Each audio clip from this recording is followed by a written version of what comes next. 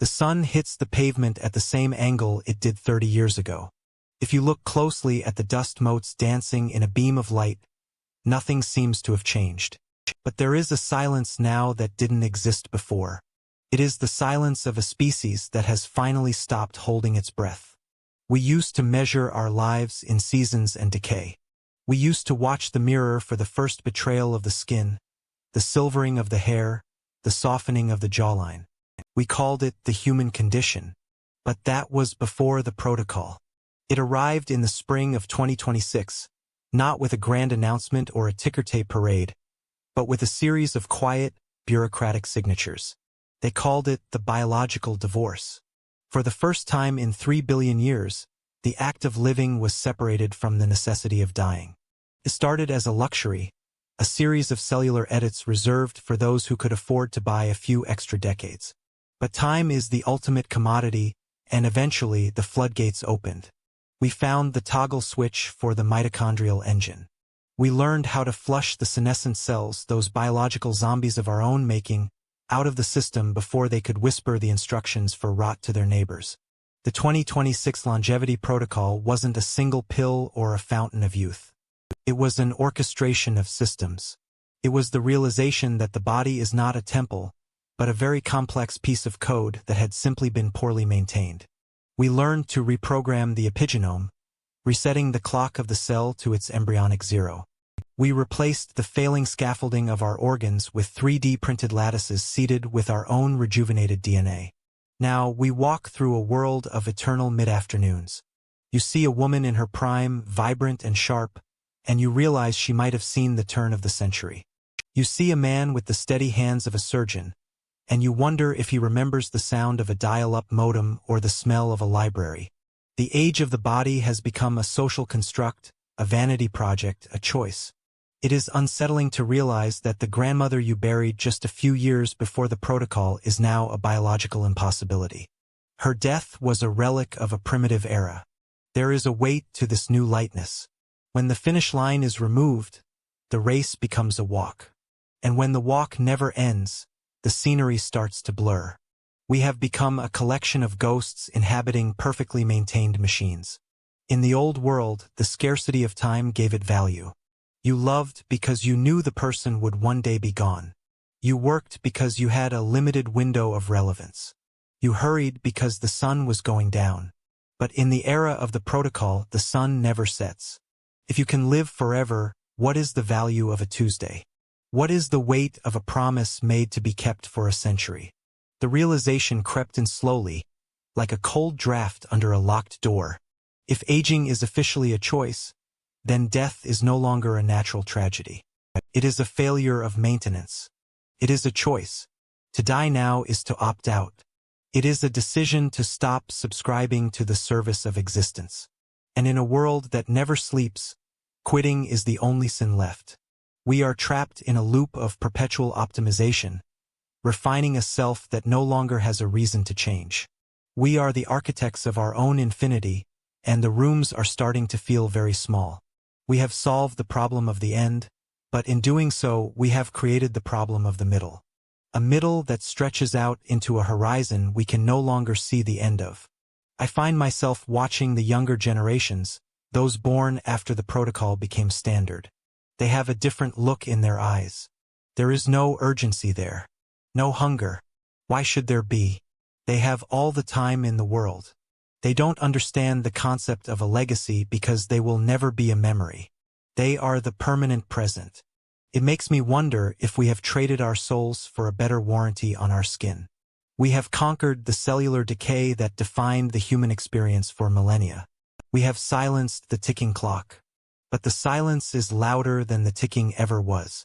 It is a hollow, ringing sound that follows you through the decades. We used to find beauty in the falling leaf because we knew the tree was preparing for winter. Now the leaves never fall.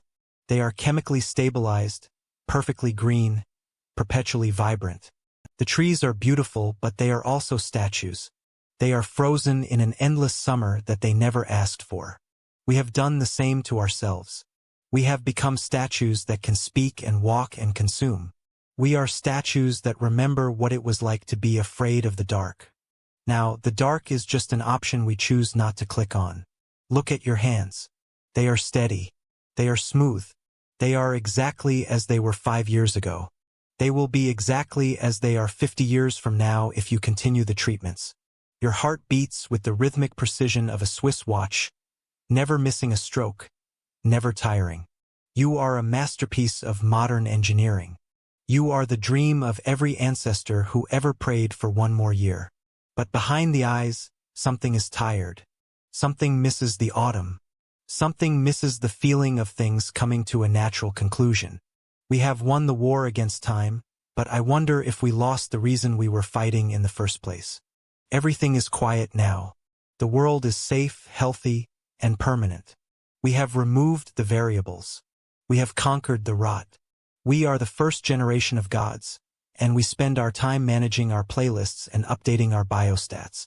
It is a strange, sterile sort of heaven.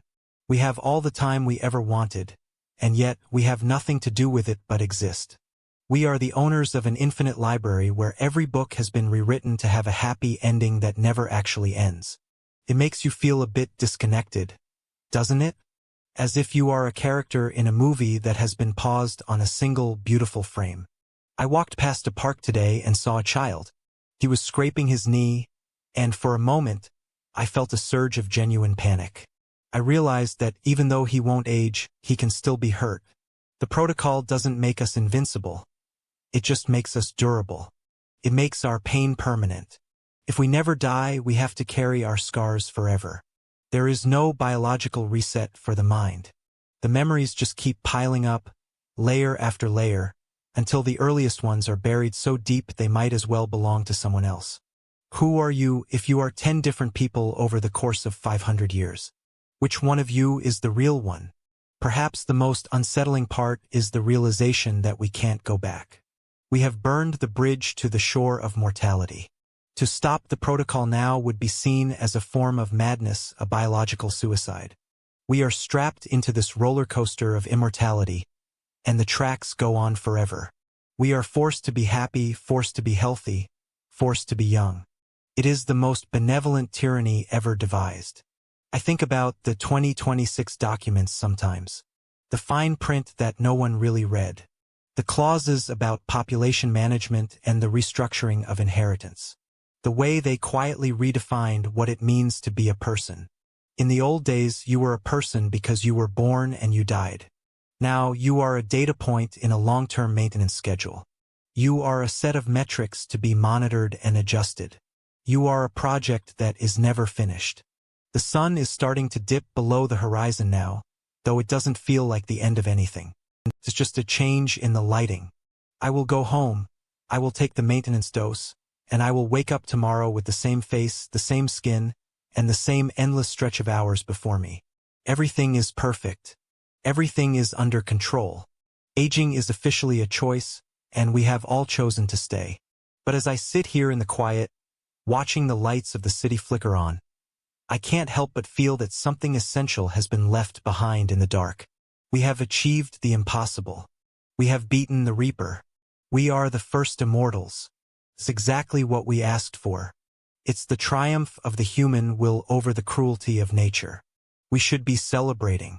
We should be shouting from the rooftops. But instead, we just sit here, perfectly preserved, waiting for something to happen that we haven't already seen 1,000 times before.